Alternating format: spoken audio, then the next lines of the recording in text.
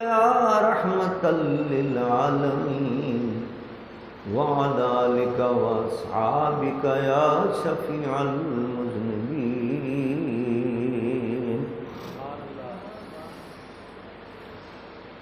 حمد و صلاۃ کے بعد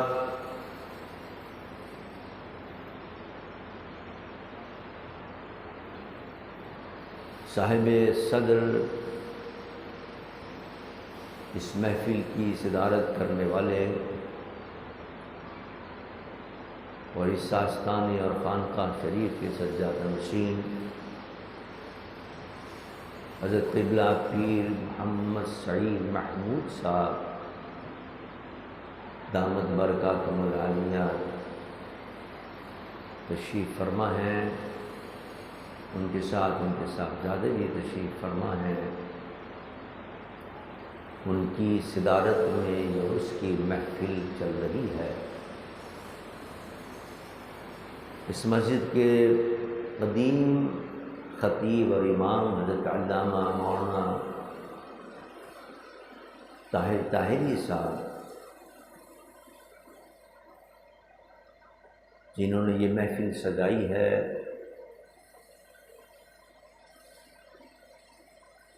اور ماشاءاللہ اس مسجد کی اور اس خانقاہ کی نگرانی بھی کرتے ہیں، اس کی دیکھ بھال بھی رکھتے ہیں۔ ان پر صاحب مزار کی خاص نظر ہے، جو ان سے وہ کام لے رہے ہیں اور ان کو اپنے پاس برس سے انہوں نے رکھا ہوا ہے۔ یہ ان کی خوش نصیبی ہے۔ یہ فقیر بھی ہر سال جن نسبتوں کی وجہ سے حاضر ہوتا ہے، اس کی تفصیل ماشاءاللہ ہمارے طاہر طاہری صاحب نے تفصیل کے ساتھ بیان فرمائی کہ حضرت قبلہ صاحب عرس کے ہمارے جد امجد سے کیا تعلقات تھے اور کیا ان کے درمیان محبتیں تھیں، اور وہ محبتیں منتقل ہوتی رہیں۔ اور میرے والد گرامی جب اس عرس کی محفل میں آتے تھے، جو حضرت صاحب عرس حضرت سید شاہ عبد القادر رحمۃ اللہ تعالی علیہ اپنے مرشد کا عرس کیا کرتے تھے ہیر آباد کے اندر، تو جیسا کہ مولانا طاہری صاحب فرما رہے تھے کہ میرے والد گرامی کو بیٹھ یہ مسجد میں آتے ہیں، مسجد میں دے دیں یا جمع کرا دیں یا اس کے اندر جمع کرا دیں۔ تو میرے والد گرامی کو وہ مدعو کیا کرتے تھے اور وہ تشریف لایا کرتے تھے۔ ان کے حضرت پیر عبد القادر صاحب رحمۃ اللہ علیہ کے والد تھے، ان کے جو مرشد تھے، ان کے عرس میں، اور ان کے ساتھ یہ فقیر بھی بہت چھوٹا تھا، تقریباً کوئی 6-7 سال کی میری عمر ہوگی۔ اس وقت میں بھی اپنے والد کے ساتھ اس عرس میں حاضر ہوا کرتا تھا ہیر آباد کے اندر۔ حضرت کی میں نے زیارت کی ہے صاحب عرس کی، بڑی نورانی چہرہ، بڑا نورانی چہرہ تھا، بڑا نورانی چہرہ تھا، اور اس ہمارے خانقاہ سے اور آستانے سے اور ہمارے آباء و اجداد سے بڑی محبت کرتے، بڑی محبت کرتے۔ یہی محبت مجھے ہر سال ان کے اس عرس میں کھینچ کر لے آتی، اور یہ بڑا برس سے سلسلہ چل رہا ہے۔ جب سے چودھری آفتاب صاحب زندہ تھے، اس وقت سے یہاں بڑی محفل ہوا کرتی تھی اور بڑا شاندار پروگرام ہوا کرتا تھا۔ اصل میں مسئلہ یہ کہ اس زمانے میں حضرت صاحب کے مریدین زیادہ زندہ تھے، اب وہ مرتے جا رہے ہیں، اٹھتے جا رہے ہیں۔ وہ مریدین پنجاب سے آتے تھے، اب وہ چند رہ گئے، مجھے نظر آ رہے ہیں چند بزرگ جن کے تعلق تھا حضرت صاحب رحمۃ اللہ علیہ سے، حضرت شاہ صاحب توریڑے والے رحمۃ اللہ علیہ سے۔ ہونا تو یہ چاہیے کہ اپنے بچوں کو یہ بیعت کرائیں پیر صاحب قبلہ سے، تاکہ یہ سلسلہ چلتا رہے اور یہ سلسلہ آباد رہے۔ وہ آئیں تو اپنے ساتھ اپنے بچوں کو بھی لے کے آئیں، اپنے گھر والوں کو بھی لے کے آئیں، اس سے نسبت قائم رہتی ہے اور بچوں کی اور آپ کے خاندان کی اصلاح ہوتی رہتی ہے۔ ان کا عقیدہ بھی درست رہے گا، ان کے اعمال بھی درست رہیں گے۔ جب نسبت ہو جاتی ہے کسی مرشد سے، اللہ کے ولی سے، تو پھر وہ اللہ کی اور اللہ کے محبوب کی رحمتوں کے اندر آ جاتا ہے۔ تو لہذا کوشش کریں کہ اپنے بچوں کو لایا کریں اپنے ساتھ عرس کے اندر، کہ زمانے میں جب میں آیا کرتا تھا، آج سے 25-30 سال پہلے جب یہاں عرس میں آیا کرتا تھا تو یہاں صحن کے اندر تک جگہ نہیں ہوتی تھی، مسجد سے لے کے صحن تک بھرا ہوتا تھا۔ اب یہاں چند بیچارے جو آئے ہوئے ہیں پنجاب سے وہ ساتھی ہیں، اس لیے کہ جو ان کے اولاد ہے ان کو انہوں نے ابھی تک اس آستانے سے تعلق قائم نہیں کرا ہے، اس آستانے سے تعلق قائم کرا ہے تاکہ ان کی ایمان بھی درست رہے اور عقیدہ بھی درست رہے۔ حضرت محترم حضرت پیر عبد القادر شاہ صاحب رحمۃ اللہ تعالیٰ علیہ کے حضور سے عشق اور اس کی محبت کی سب سے بڑی دلیل یہ کہ اللہ تعالیٰ نے وصال کے لیے ان کو ربیع الاول کا مہینہ عطا فرمایا۔ حضور کا مہینہ ہے نا یہ، ربیع الاول شریف کا مہینہ مبارک مہینہ ہے، حضور کے میلاد کا مہینہ ہے، اور میلاد کا مہینہ اور میلاد والی رات عطا فرمائی ہے، 11ویں شب عطا فرمائی ہے۔ تو یہ پتہ چلا کہ حضور سے ان کو خاص نسبت تھی، اور حضور سرور کائنات صلی اللہ علیہ وسلم کی اس اللہ کے ولی پر جو یہاں آرام فرمائے ان پر خاص نظر اپنے خاص لوگوں کو عطا فرمائی جاتی ہے۔ یہ رات ہر ایک کو عطا تو نہیں ہوتی، یہ رات عظمت والی رات ہے،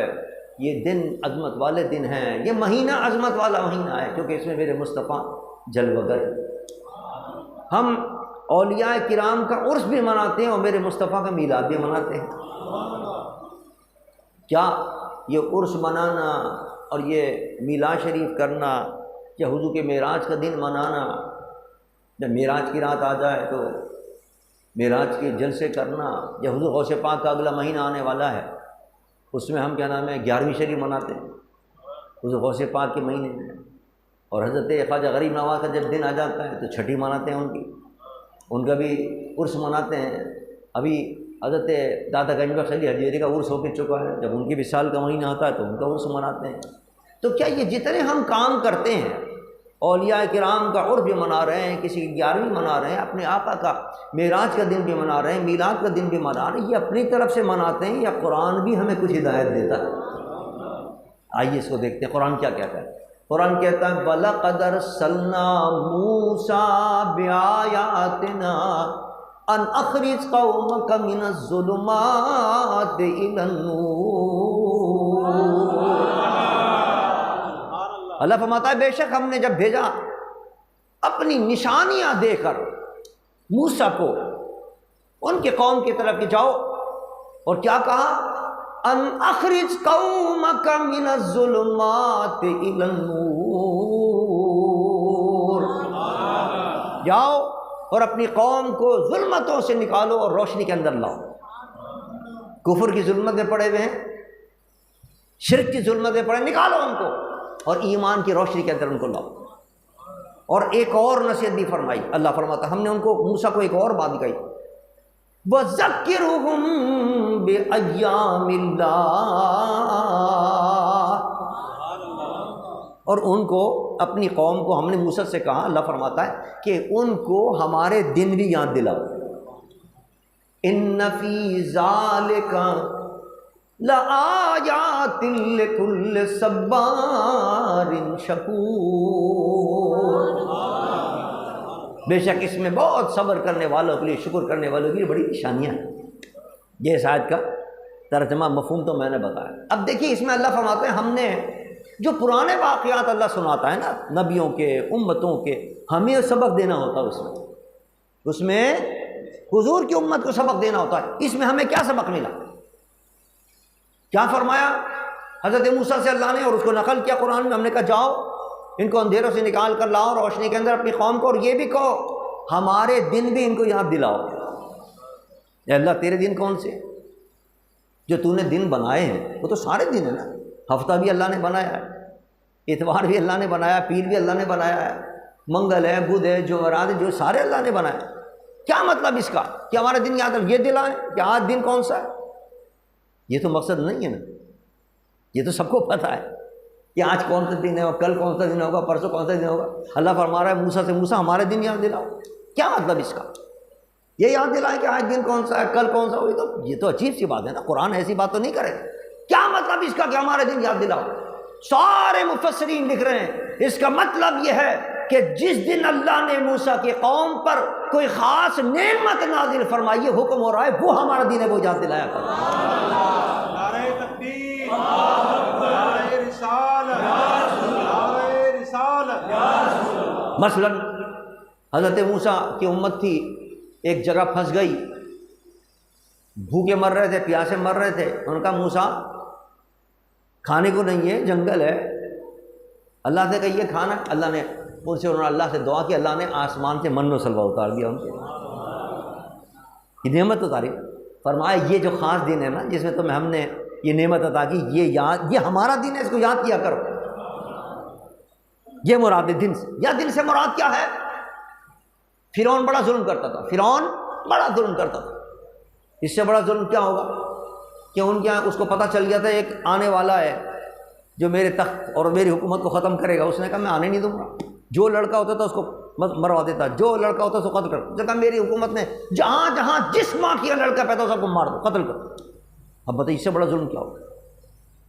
لیکن اللہ نے اسی فرعون کے لیے حضرت موسیٰ کو اس کے گھر کے اندر پرورش کروائی، یہ شان ہے اس کی، کہیں اور نہیں، اسی گھر میں پوری دنیا کو مار رہا ہے، اور جس کی وجہ سے مار رہا ہے وہ موسیٰ اسی گھر میں پرورش پا رہے ہیں۔ جب موسیٰ بڑے ہو گئے کہا پڑھ کلمہ، اس نے کہا وہ تیری وجہ سے تو میں نے دنیا کو مارا تھا اور تو میرے گھر میں ہی پل رہا ہے۔ ان کا ماں اللہ کو ایک مان، مجھے اللہ کا نبی مان، نہیں مانا، حضرت موسیٰ کے پیچھے پڑ گیا، نہیں ان کو قتل کرو، اللہ سے انہوں نے دعا کی، اللہ نے فرمایا جاؤ بنی اسرائیل کو لے کے جاؤ، یہ بنی اسرائیل پہ بھی ظلم کر رہے ہیں، بنی اسرائیل چل دیے،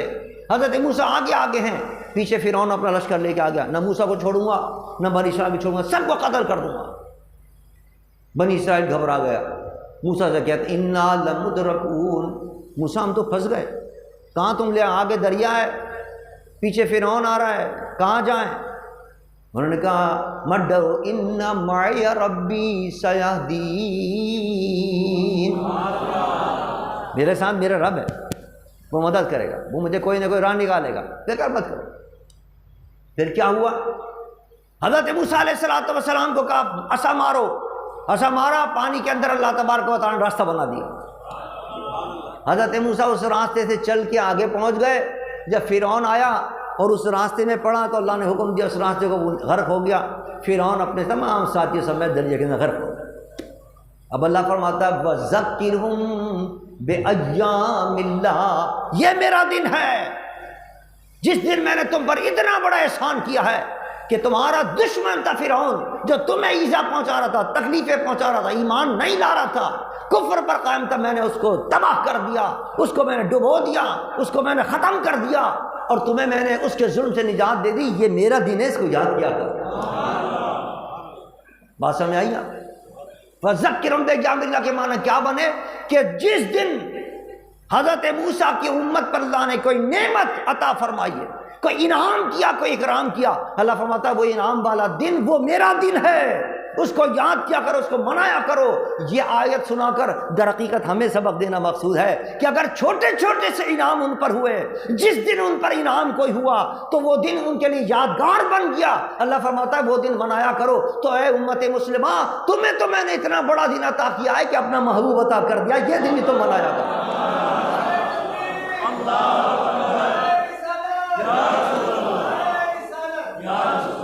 لہذا ہم جب میلاد مصطفیٰ مناتے ہیں تو یوں سمجھیے وذکرہم بایام اللہ پر اللہ کے حکم پر عمل کر رہے ہوتے ہیں۔ اللہ نے ان کو حکم دیا ہمیں سنانے کے لیے، ہمیں بتانے کے لیے، تم مناؤ دن، وہ بھی نعمت منا رہے ہیں، تمہیں تو میں نے اتنی بڑی نعمت دی ہے کہ جس کے صدقے میں ساری نعمتیں ملی، یہ کوئی معمولی نعمت تو نہیں ہے نا، یہ تو وہ نعمت ہے، نعمت مصطفیٰ، ذات مصطفیٰ وہ نعمت ہے کہ کائنات کی ساری نعمتیں اللہ نے مصطفیٰ کے صدقے میں عطا فرمائی۔ شاعر کہتا ہے کہ وہ جس کے لیے محفل کونین سجی ہے، وہ جس کے لیے محفل کونین سجی ہے، اور فردوس سے بری جس کے وسیلے سے بنی ہے، وہ ہاشمی مکی مدنی العربی ہے، ارے وہ میرا نبی میرا نبی میرا نبی ہے، وہ میرا نبی میرا نبی میرا نبی ہے، وہ میرا نبی میرا نبی میرا نبی ہے، وہ جس کے لیے محفل کونین سجی، زمین و آسمان اللہ نے کس کے لیے بنایا؟ ہم چھوٹی سی محفل سجاتے ہیں نا، شامیانہ لگا لیتے ہیں، فرش بچھا لیتے ہیں، آج مولانا نے سجا لیا ہے، اس کمرے کو سجا لیا ہے، قمقمے لگا لیے ہیں، بجلیاں روشن کر دی ہیں، چراغاں کر دیا ہے، اسٹیج بنا لیا ہے، کرسی لگا دی ہے۔ اللہ نے یہ محفل چھوٹی موٹی نہیں سجائی، اللہ نے فرمایا آسمان کا شامیانہ تان دو، زمین بچھا دی گئی، زمین کے اندر سبزہ ہی سبزہ،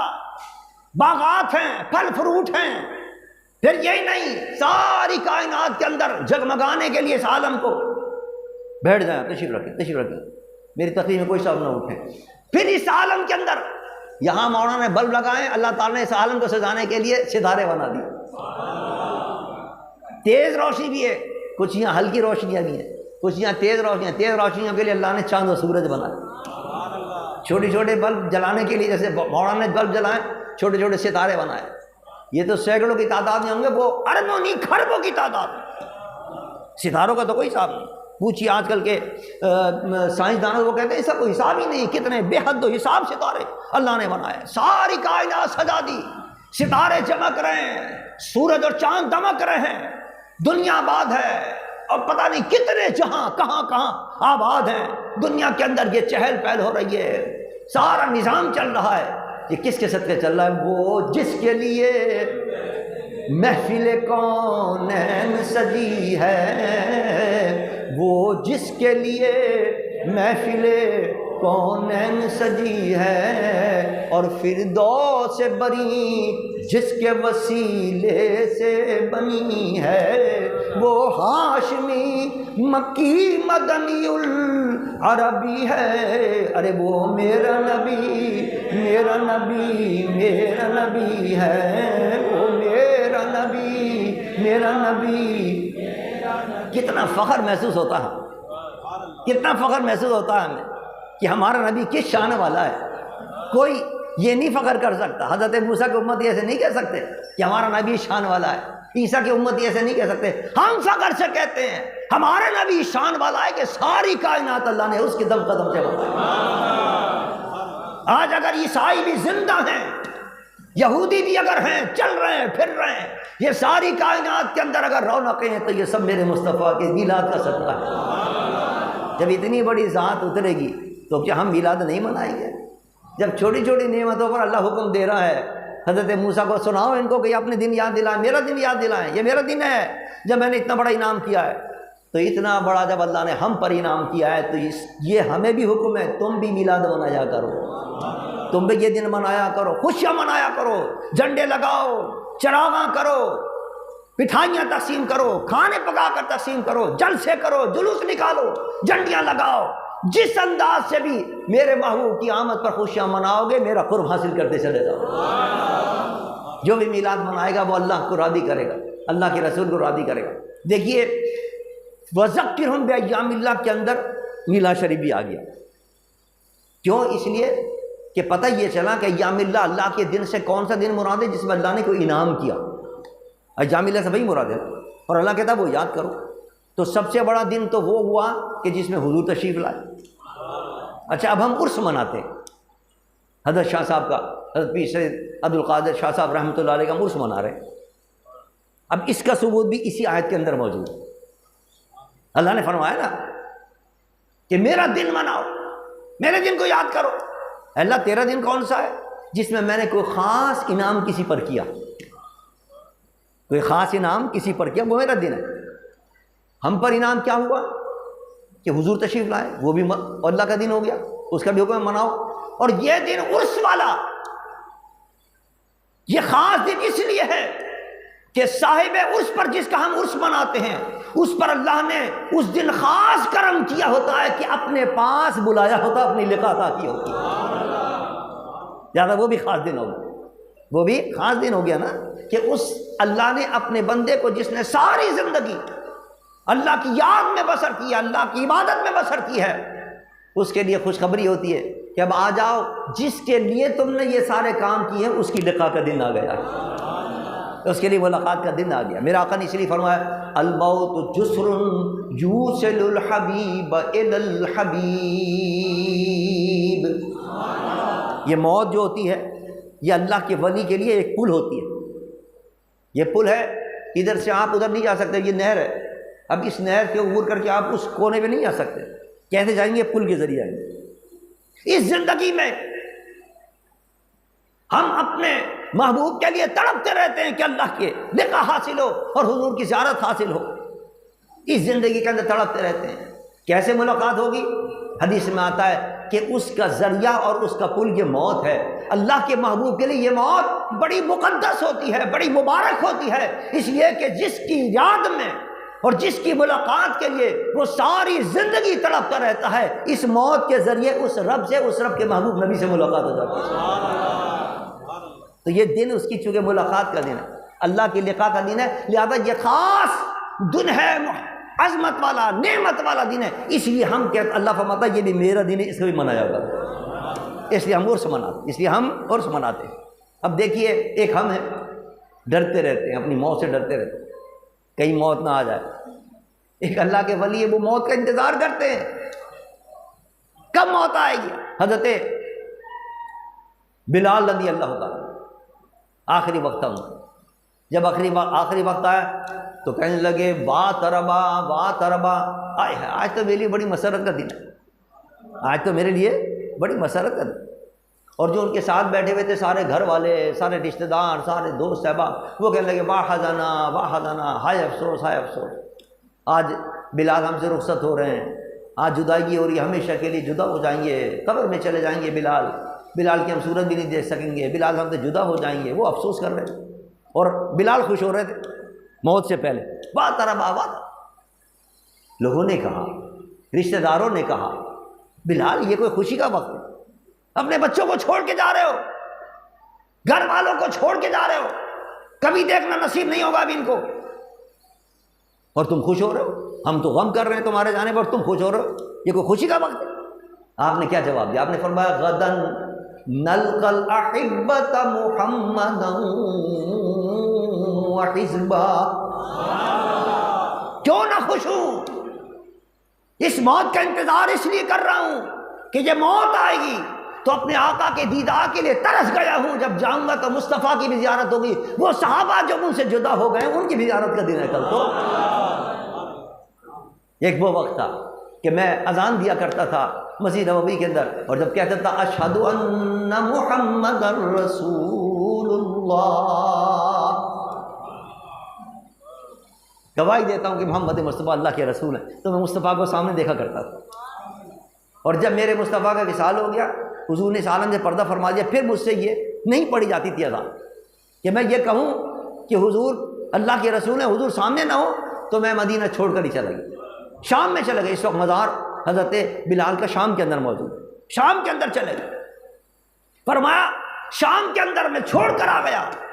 حضور کی یاد کے اندر چھوڑ کر آ گیا کہ حضور کی زیارت نصیب نہیں ہو رہی مجھے، یہاں بھی حضور کی یاد مجھے ستاتی تھی کہ میرے مصطفیٰ کی زیارت نہیں ہو رہی، روزانہ میں زیارت کرتا تھا، صبح شام حضور کے پاس بیٹھا رہتا تھا، پھر حضور کے پاس ابو بکر بھی ہوتے تھے، عمر بھی ہوتے تھے، یہ سب ہوتے تھے، ان سب کو میں دیکھتا تھا، آج یہ سب جدا ہو گئے ہیں، ارے یہ موت آ رہی ہے، یہ تو میرے لیے خوشی کا باعث ہے کہ موت کے بعد میں اپنے آقا کا بھی زیارت کروں، ابو بکر عمر کا بھی زیارت کروں۔ عزیزان من، یہ کب خوشی ہوتی ہے، یہ کب خوشی ہوتی ہے، اور یہ کب یہ دن اللہ والا دن، اللہ کا دن بن جاتا ہے، اور یہ مبارک دن بن جاتا ہے کہ جب انسان پوری زندگی عبادت کر کے جائے۔ ہم کیوں ڈرتے ہیں موت سے؟ اس لیے کہ ساری زندگی اللہ کی نافرمانی کی، نہ نماز پڑھی، نہ روزہ رکھا، گناہوں میں پڑے رہے، اب ڈرتے رہتے ہیں کہ اب موت آئے گی۔ تو میرے آقا نے فرمایا کہ یا تو قبر تمہارے لیے جہنم کے گڑھوں میں سے گڑھا بن جائے گی، یا جنت کے باغوں میں سے ایک باغ بن جائے گی۔ اب چونکہ ہم نے عبادتیں نہیں کی ہیں، نمازیں نہیں پڑھی ہیں، روزے نہیں رکھے ہیں، گالیاں دی ہیں، فحش کام کیے ہیں، برے کام کیے ہیں، کسی کو قتل کیا ہے، کسی کا مال چھین لیا، کسی کی جائیداد پہ قبضہ کر لیا، کسی کو گالیاں دی ہیں، سب برے کام کیے، اب ڈر رہے ہیں کہ اب سزا کا وقت آ رہا ہے، اب سزا کا وقت، اس لیے ہم ڈرتے ہیں قبر میں جانے سے، موت سے ڈرتے ہیں۔ اور اللہ کے ولی انتظار کیوں کرتے ہیں؟ ساری زندگی انہوں نے اللہ کی عبادت میں گزاری ہوتی ہے، اللہ کی یاد میں گزاری ہوتی ہے، ان کو پتہ ہوتا ہے کہ بس اب اس کی جزا کا وقت آ رہا ہے، اس کا انعام ملے گا جو ہم نے اللہ کی راہ میں عبادتیں کی ہیں۔ اور پھر وہ انعام یہ ملتا ہے، حدیث مبارک کے اندر آتا ہے کہ جب بندہ قبر میں جاتا ہے تو وہ تو بہت دور کی بات ہے، قبر میں جانے سے پہلے جب اس کا موت کا وقت قریب آتا ہے تو فرشتے آ جاتے ہیں اور کہتے ہیں سلام قولا من رب الرحیم۔ ابھی مرا نہیں ہے، جا کر نہیں کیا پڑھتے، جا کر نہیں کے بعد آ کے خوشخبری سنانے شروع کرتے، خوشخبری ہو تیرے لیے، کس کی طرف سے؟ ہم سلام آئے تیرے رب کی طرف سے لے کر، تیرے رب کی طرف سے سلام لے کر آئے۔ انہوں نے اللہ نے تجھے سلام کہا، آ جاؤ میرے پاس، آ جاؤ میرے یا ایتھا النفس المطمئنہ ارجعی الی ربک راضیۃ مرضیہ فادخلی فی عبادی وادخلی جنتی۔ آواز آتی ہے، اے نفس مطمئنہ۔ ایک نفس ہوتا ہے امارہ جو نافرمانی کی، اسے نفس امارہ کہتے ہیں، تو نے بڑی نافرمانی کی، اب تجھے سزا ملے گی۔ اور ایک نفس مطمئنہ ہوتا ہے ساری زندگی اللہ کی عبادت میں، اللہ کی یاد میں اس نے گزاری ہوتی ہے، اللہ کی نافرمانی نہیں ہوتی، تو اس کے لیے پیغام آتا ہے، اس کے لیے بات یا ایتھا النفس المطمئنہ، اے نفس مطمئنہ ارجعی الی ربک، اب اپنے رب کی طرف لوٹا، اب اپنی رب کی طرف لوٹا، کس حال میں؟ راضیۃ مرضیہ، اس حال میں آ کہ تو اپنے رب سے راضی ہے، رب تجھ سے راضی ہے۔ فادخلی فی عبادی وادخلی جنتی، مرے گا، مرنے کے بعد کہاں جائے گا؟ یہ سارے میرے جو پیارے بندے ہیں، انبیاء ہیں، رسول ہیں، صدیقین ہیں، شہداء ہیں، اولیاء ہیں، ان کے ساتھ چلا جا اور ان کے ساتھ جنت میں چلا جا۔ فی عبادی وادخلی جنت، جنت میں چلا جا، پاک اور نیک لوگوں کے ساتھ چلا جاتا۔ یہ خوشخبری ان کے لیے سنائی جاتی ہے جنہوں نے زندگی اپنی اللہ کی یاد میں بسر کی ہوگی، یا اللہ کے ولیوں کے دامن سے ہم اس لیے وابستہ ہوتے ہیں، یہ ساری زندگی سبق دیتے ہیں۔ ان کا سبق مریدین کو یہی ہوتا ہے، بیعت کرنے کے بعد سب سے پہلے سبق یہ دیتے ہیں، دیکھو نماز مت چھوڑنا، دیکھو پابندی کے ساتھ روزے رکھنا رمضان کے، دیکھو حج ادا کرنا، دیکھو اگر زکوٰۃ واجب ہو گئی زکوٰۃ ادا کرنا، دیکھو فحش کاموں سے بچنا، برے کاموں سے بچنا، گالی سے بچنا، کسی کو ایذا مت پہنچانا، کسی کو دکھ نہ پہنچانا، کسی کا مال ہضم مت کرنا، چوری مت کرنا، ڈاکے مت ڈالنا، غیبت مت کرنا، جھوٹ مت بولنا، یہی نصیحت بیعت ہونے کا مقصد یہ ہوتا ہے۔ اب انسان حضرت پیر عبدالقادر صاحب رحمۃ اللہ علیہ کے ارشادات پر عمل کرے، ان کے طریقے پر چلے، انہوں نے جو راستے بتائے ان پر عمل کرے، تو اس کا جو موت ہوگی وہ بھی ایک مبارک دن ہو جائے گا، اس کا انتظار رہے گا اپنی موت کا کہ کب موت آئی ہے اور میں کب جاؤں اپنے رب کے پاس، اور کب مجھے رب کے لقاء حاصل ہو، کب جنت۔ حدیث میں آتا ہے جب ایسا بندہ قبر میں جاتا ہے نا، اور جب اس سے سوال ہوتا ہے بر ربک، وہ کہتا ہے میرا رب اللہ، فوراً جواب دے دے گا۔ تو فرشتے کیا کہتے ہیں؟ فرشتے کہتے ہیں ہاں ہمیں پتہ تو یہی جواب دے گا، ہمیں پتہ تھا تو عبادت کر کے آیا ہے، تو نیک آدمی ہے، تجھے جواب آئے گا، ہمیں پتہ تھا تو جواب یہی دے گا۔ پھر وہ پوچھتے ہیں ماں دینوں کا، پھر وہ جواب دیتا دین اسلام، میرا دین اسلام ہے۔ پھر فرشتے کہتے ہیں ہاں ہمیں پتہ تھا تو بڑی عبادت کر کے آیا تو یہی جواب دے گا۔ پھر تیسرا سوال ہوگا ما کنت تقول فی حق ھذا الرجل، اس ذات کے بارے میں کیا کہتا تھا تو؟ حضور سامنے ہوں، اپنے آقا کا دیدار سامنے ہوگا، جس کے لیے ساری زندگی ترستے رہے، اس نبی کا جلوہ سامنے ہوگا، چہرے انور حضور کا سامنے ہوگا۔ جب حضور کے بارے میں پوچھے گا وہ نبی، وہ امتی کہے گا ساری زندگی میلاد کی محفل میں انہی کا ذکر تو کرتا رہا، اور جب وہ نام لے گا حضور کا تو کہے گا ہمیں پتہ تھا، تو یہی کہے گا کیونکہ زندگی تو نے حضور کا ذکر کیا ہے، حضور کے میلاد کی محفل سجائی ہے، نعتیں پڑھی ہیں، نعتیں سنی ہیں، حضور پر درود بھیجا ہے، صلاۃ و سلام پڑھا ہے۔ ہم جانتے ہیں کہ تو جانتا تھا حضور کو، تو یہی کہے گا اب سن لے تیرے لیے خوشخبری ہے کہ اللہ نے حکم دیا جنت کے دروازے کھول دو، اس کے قبر میں جنت کے دروازے کھول دو، لیکن کس کے لیے کھولیں گے؟ جن کا عقیدہ بھی درست ہو اور جن کا اعمال بھی درست ہو۔ عرس کی محفل کا مقصد یہی ہوتا ہے کہ ہم اپنے پیر کے عرس میں آئے ہیں تو اپنے پیر کو راضی کریں، اور پیر راضی کب ہوگا؟ کہ جب انہوں نے جو طریقے بتائے ان پر عمل کریں، عقیدہ بھی درست رکھیں، اعمال بھی درست رکھیں۔ عقیدے کے اندر کوئی غلطی ہوگی تو یاد رکھیے کتنے اچھے آپ کے کاموں سب بیکار کریں۔ اگر آپ حضور کی تعظیم نہیں کرتے، مثال کے طور پر مانتے تو بھائی حضور ہیں، نبی ہیں، لیکن وہ تو ہمارے بڑے بھائی کی طرح ہیں، معاذ اللہ ثم معاذ اللہ، تو عقیدہ تو صحیح نہیں ہوا نا۔ ہاں بھائی صحابہ کو تو میں مانتا ہوں، لیکن معاذ اللہ حضرت عمر کو نہ مانے، حضرت عمر کو برا بھلا کہیں تو نہیں مانا نا آپ نے حضرت صحابہ کو، یا کہ نہیں صاحب میں اہل بیت کو تو مانتا ہوں، لیکن امام حسین نے بڑی غلطی کی تھی، معاذ اللہ ثم معاذ اللہ۔ ارے وہ تو امام جنت کی زمانوں کے سردار ہے، تو یزید کا کہاں سے حمایتی نکل آیا؟ تو یہ میں کہہ رہا ہوں جو عقیدے ہیں نا غلط، بعض لوگوں میں پھیل گئے عقیدے، اس قسم کا کوئی غلط عقیدہ رکھے گا تو کتنی نمازیں پڑھ لے، نمازیں کوئی مقبول نہیں ہوگی۔ عقیدہ سب سے پہلے درست رکھو، عقیدہ درست ہوگا، اور عقیدہ درست ہونے کے بعد پھر جتنے نیک کام کرو گے اللہ کی بارگاہ میں قبول ہوتے چلے جائیں گے، اگرچہ اس کے اندر کوئی خامیاں ہوں گی وہ بھی اللہ درگزر فرما دے گا۔ اور اگر بڑی بڑی اچھی نمازیں بھی پڑھو، لمبی نمازیں پڑھو، ساری رات جاگ کر تہجد کی نمازیں پڑھو، ساری زندگی جناب تبلیغ کرتے پھرو، کہیں ادھر تبلیغ کر رہے ہو کہیں ادھر جا کے تبلیغ کر رہے ہو، اور پتہ چلا عقیدہ درست نہیں ہے، پتہ چلا حضور کی توہین کرتا ہے، پتہ چلا صحابہ کی توہین کرتا ہے، تو جہاں تک ہو تمہاری ساری محنت بیکار چلی جائے گی، کسی تمہاری تبلیغ کا کوئی فائدہ نہیں ہوا، کسی نماز کا کوئی فائدہ نہیں ہوگا، کسی روزے کا کوئی فائدہ نہیں ہوا، کوئی روزہ قبول نہیں ہوگا، کوئی نماز قبول نہیں ہوگی، کوئی حج قبول نہیں ہوگا اگر عقیدہ درست نہیں۔ لہذا اولیاء کرام کے عرس کا مقصد یہ ہے، اور ان کا سبق یہ ہے، سب سے پہلے عقیدہ درست کرو، اور اس کے بعد پھر اعمال کی طرف آؤ، پھر اپنے اعمال درست کرو، نماز پابندی کے ساتھ ادا کرو، روزوں کا مہینہ آئے تو روزے پابندی کے ساتھ رکھو، ایک روزہ قضا مت کرو، جن پر زکوٰۃ واجب ہوئی وہ زکوٰۃ ادا کریں، جن کی زمینیں ہیں وہ عشر ادا کریں اپنی زمینوں کے اندر سے، جن پر حج واجب ہو گیا ہے وہ حج ادا کریں، یہ سارے کام کریں گے تو پھر یاد رکھیے ان کو موت کا انتظار ہوگا، جب موت آئے گی تو سیدھے عبد القادر صاحب اپنے مرشد کے پاس پہنچ جائیں گے انشاءاللہ۔ یہ ہے عرس کا مقصد۔ اللہ ہمیں اور آپ کو سب کو عرس کا جو مقصد ہے اس پر عمل کرنے کی توفیق عطا فرمائے، اور اپنے مرشدوں کے طریقے پر چلنے کی توفیق عطا فرمائے، میری بھی حاضری قبول فرمائے۔ حضرت پیر صاحب قبلہ بڑے کرم فرمایا کرتے تھے ہمارے بچپن کے اندر، اب بھی ان کی نظر ہوگی کہ ہم یہاں آ رہے ہیں اور خدمت کر رہے ہیں، ان کی یہ خدمت ہے کہ ان کے عرس کی محفل میں آ گئے، اللہ میری حاضری قبول فرمائے۔ ہمارے مولانا خدمت کر رہے ہیں یہاں سارے دن اور رات یہاں رہتے ہیں اور یہاں مسجد کی خدمت کر رہے ہیں، اللہ حضرت مولانا طاہری صاحب کی خدمت قبول فرمائے، اور ان کے یہاں سجادہ نشین تشریف فرمائے حضرت قبلہ پیر شہید محمود صاحب، اللہ تعالیٰ ان کے علم عمر میں عمل میں برکت عطا فرمائے اور ان کے سلسلے کو دراز فرمائے۔ آپ سب کو چاہیے اپنے اپنے بچوں کو لا کر بیعت کرائیں یہاں، تاکہ یہ سلسلہ بڑھتا رہے، یہ سلسلہ چلتا رہے، اور اس آستانے کے ساتھ آپ کے بچے بھی وابستہ رہیں۔ وما علینا الا البلاغ۔